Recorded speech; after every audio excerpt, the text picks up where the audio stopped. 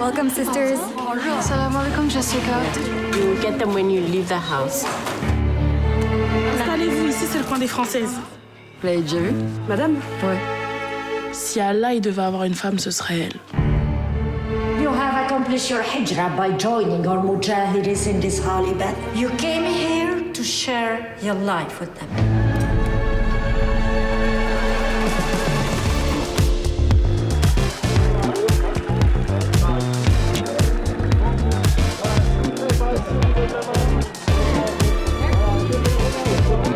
C'est un film très fort. Marieke Engelhardt nous réalise Rabia avec Megan Northam et Lubna Zabal.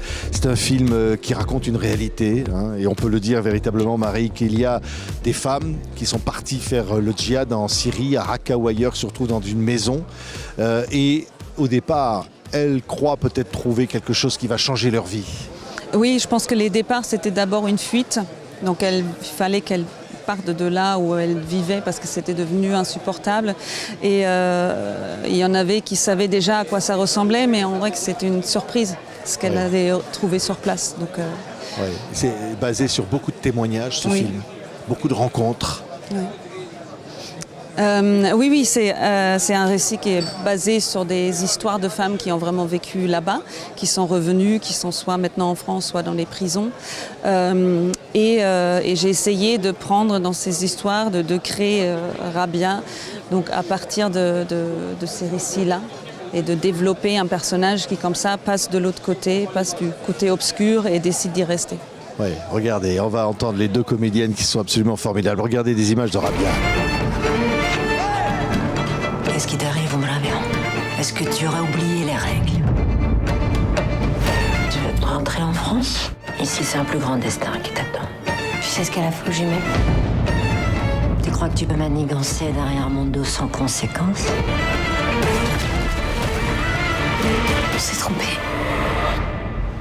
Faut qu'on parte, Jessica.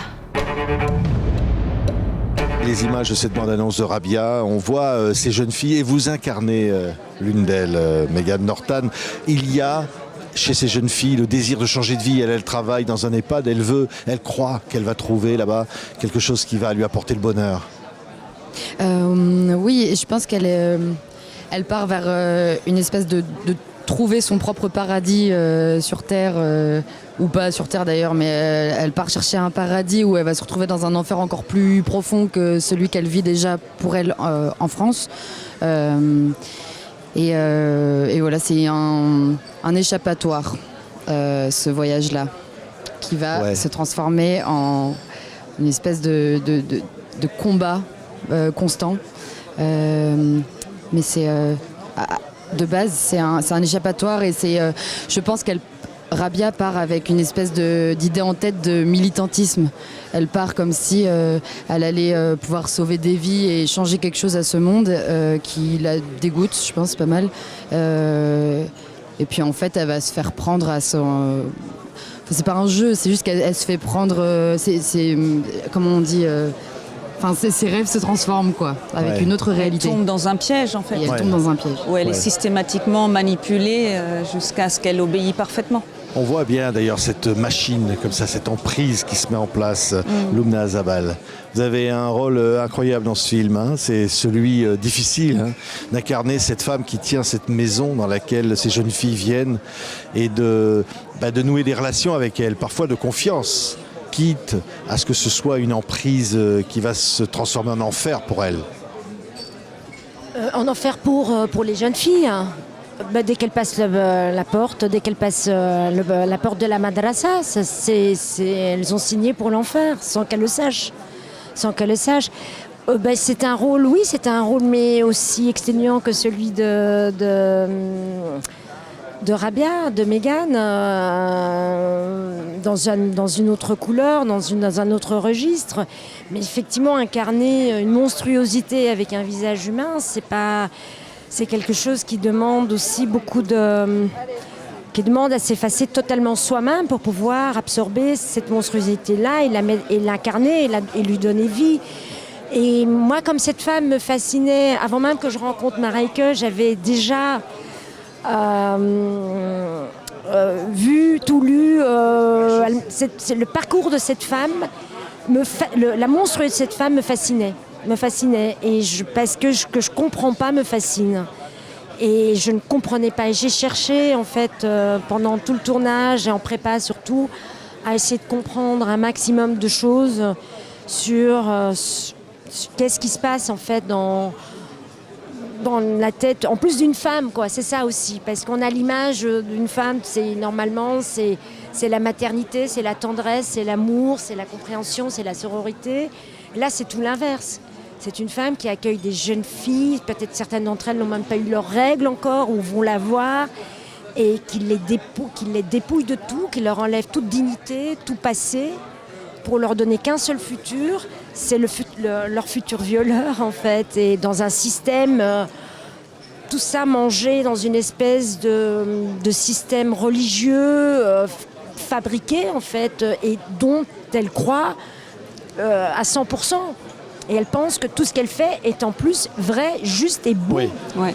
Et pour elle, et pour les gamines, il faut agrandir la Oumma. L'objectif, c'est d'agrandir, de se faire du fric au passage, évidemment, hein, parce que bon, il n'y a pas de raison de faire un petit business au passage. Mais l'idée, c'est quand même d'agrandir cet État musulman, entre guillemets, enfin, leur islam en tout cas, hein, voilà. Oui, et ce qui est fou, c'est qu'elle existe, cette femme-là. Ouais, Elle est poursuivie pour crime contre l'humanité, elle est recherchée, elle se trouve, on le sait à la fin du film. Elle existe vraiment, c'est un personnage réel, inspiré. Oui, parce que parfois, la réalité, j'ai l'impression, est toujours pire que tout ce qu'on peut imaginer. Donc le plus facile pour ce film, c'était de se documenter et en fait prendre exactement les choses comme elles se sont passées, les personnages qui existent vraiment. Et quand je suis tombée sur cette femme qui a vraiment, elle, créé ce système d'embrigadement, de manipulation, de punition, comme la Stasi, quoi, à l'intérieur de Daesh, pour transformer ces jeunes femmes en femmes parfaites de combattants. J'hallucinais parce que ce n'était pas un homme à la tête de ça, c'était une femme qui soummissait d'autres femmes. Oui. Et ça, je trouvais passionnant. Évidemment, à l'intérieur d'un système pensé par les hommes, mais quand même. Ouais.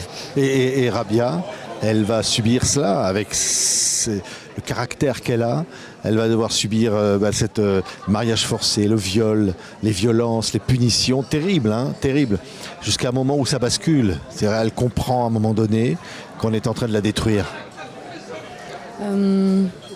Oui. Enfin, c'est très bien dit, je ne sais pas quoi rajouter à ça, mais c'est... oui, je pense qu'elle est très intelligente, Rabia, et qu'elle est... qu'il y a un moment, il y a un lâcher-prise qu'elle a eu avec sa copine, comme ça, de partir, parce qu'elle est jeune aussi, donc il y a une espèce de vie ailleurs qui l'intrigue et comme ce que dit Lubna, en fait, quand on ne comprend pas, on a envie de savoir, il y a un peu ça aussi qu'elle va chercher, c'est genre je ne comprends pas, ça m'excite, je vais y aller. Et après, avec tout ce qu'elle subit, forcément... il y a une espèce de rage qui va se créer, qu'elle a depuis le départ, en fait, mais qui va se transformer en colère encore plus sombre. Et elle va comprendre que si elle continue là-dedans, elle va juste mourir. Donc, vaut mieux qu'elle essaie de trouver d'autres systèmes qu'elle prenne pour le s'en pouvoir, sortir, et qu'elle prenne le pouvoir, et donc qu'elle se rapproche et qu'elle joue avec la séduction envers Madame. Ouais. Oui, et ce qui est fou, c'est qu'il y a un autre personnage, une jeune fille qui l'accompagne, qui, elle, va subir un sort tragique, évidemment, alors qu'elle y croit au départ. Elle y croit peut-être encore plus que le personnage de Rabia. C'est une tragédie, au fond. On assiste à ça, ces jeunes filles qui sont pures, magnifiques. On assiste à cette tragédie. Le film montre ça. Oui, c'était important d'avoir un personnage... avec lequel on peut s'identifier à la fin, en tant que spectateur, un personnage qui se réveille, qui prend de la distance parce que c'est la seule qui sort, qui voit l'horreur, qui vit l'horreur, qui devient mère aussi, donc qui donne la vie et que je pense prend conscience de l'endroit où elle est à ce moment-là aussi. C'est ce que les femmes m'ont beaucoup raconté, c'était très souvent le moment où elles devenaient mères, qu'elles ont compris ce qu'elles étaient en train de faire en fait. Ouais. Et donc c'était important que cette jeune fille revienne et confronte sa copine qui est allée à l'inverse opposé d'elle en termes d'évolution, pour essayer de la ramener et échouer finalement. Ouais. Et ce film montre que ce n'est pas leurs convictions religieuses qui sont en cause, c'est la façon dont ces choses-là se passent sur place, parce qu'elles ont cette conviction, cette croyance religieuse, et ça n'a rien à voir avec ça.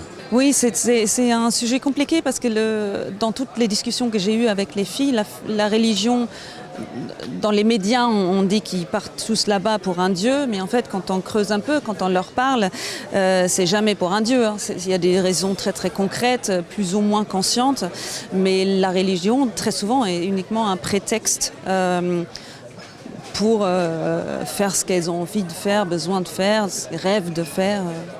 Ouais, on interprète ce personnage, Megan, on s'attache à elle, à cette jeune fille. On se dit, ouais, ça aurait pu être moi, ça aurait pu être une chose. Comment on vit quand on joue un tel personnage? Mais je crois que c'était ça le but, c'est que pour que des jeunes femmes ou hommes voient ce film, et le but c'est qu'ils et elles se reconnaissent. Et donc on ne pouvait pas jouer Rabia trop monstrueuse et trop héroïque non plus, et il fallait trouver une espèce de balance entre les deux pour la rendre humaine au maximum, et que ça explique en fait que l'endoctrinement enfin, ça peut arriver à tout le monde. Enfin, c'est pas qu'on soit forte ou non. Enfin, c'est quoi la force? Enfin, en fait, c'est quoi la force? Ce film raconte aussi ça, tu vois. Et Lubna interprète, elle, à l'intérieur de ce qu'est le mal suprême, un personnage terrifiant. Et pour une actrice, au fond, c'est quelque chose de particulier. Je dois dire que c'est jouissif. Hein. Je préfère jouer le mal terrifiant que la bonté. C'est chouette la bonté, mais enfin, on peut s'embêter au bout de 3 minutes quand même aussi, quoi. Ben, voilà. Non, mais la notion du mal, on en avait parlé, je me rappelle avec Marek, lors de notre première rencontre à Paris. Et on a parlé d'Hitler, on a parlé du nazisme, on avait ces références-là quand même en tête. Et cette madame, comme les meurtriers de l'État islamique et puis de tous ceux qui sont à la tête de ces mouvements sectaires-là, sont pour moi de l'ordre du mal absolu. En fait, pour moi, c'est même pas, au départ, ça va au-delà de la religion, c'est un plaisir psychopathe pur. C'est le plaisir psychopathe du pouvoir et de l'ascendant sur l'autre. La religion, en fin de compte, n'est qu'un prétexte, comme dans toutes les sectes.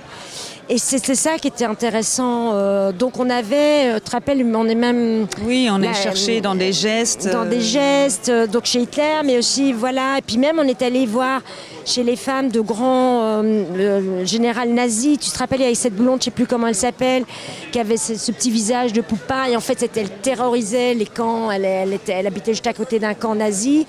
Et elle a fait massacrer des tonnes de prisonniers dans ces camps-là, de prisonniers juifs, pour un regard. Enfin, elle poussait le vice, elle se promenait toute nue dans ce camp-là, et si on osait la regarder, c'était pendu, fusillade, enfin voilà, ce vice absolu, ça va au-delà en fait d'une croyance religieuse, c'est qu'un prétexte, tout ça n'est que prétexte pour ramener, pour faire un appel d'air en fait. Ouais, merci. Au-delà du sexe aussi, homme ou femme. Du sexe, hein, d'ailleurs, c'est ça ce qui est important, parce qu'on parle beaucoup des hommes, mais et des nazis et des djihadistes, c'est comme si les femmes n'existaient pas, étaient trop bêtes pour comprendre, étaient que des victimes. En fait, non. Mais d'ailleurs, dans les pays où il y a les femmes, les policières du costume, tu sais, les policières qui vérifient. Si t'es bien habillé, si c'est comme ça, et qui te massacrent derrière, si t'es pas bien, et qui te dénoncent. Donc la cruauté n'a pas de sexe en fait, elle n'a juste que la cruauté, quoi. Merci beaucoup à toutes les trois. Ce film est dédié à toutes les Rabias de la Terre. Hein? Vous l'aimez, hein, votre personnage, Rabia? Ouais, ça se voit. Hein. Ça m'émeut en vrai de reparler d'elle et du film aujourd'hui. Ouais, c'était pas facile de l'aimer, en vrai, à des moments. Et puis à des moments, elle devient dans une imitation de madame. Donc c'est un peu vertigineux de savoir quand est-ce qu'elle l'aime et tout. Mais cette jouissance dans le mal dont parle Lubna, c'est ce que je devais atteindre aussi à un moment. Et voilà, j'ai fait de mon mieux et j'aime beaucoup ce rôle. Ouais. Quelles interprètes, quelles actrices absolument incroyables. Et quel beau film. J'ai eu de la Rabia. chance, ouais. C'est un film sidérant, c'est un film qui vous prend aux tripes et au cœur. Faut voir absolument Rabia. C'est pas un film ordinaire. Grand film. Merci beaucoup. Merci. À toutes les Merci, trois. Johan.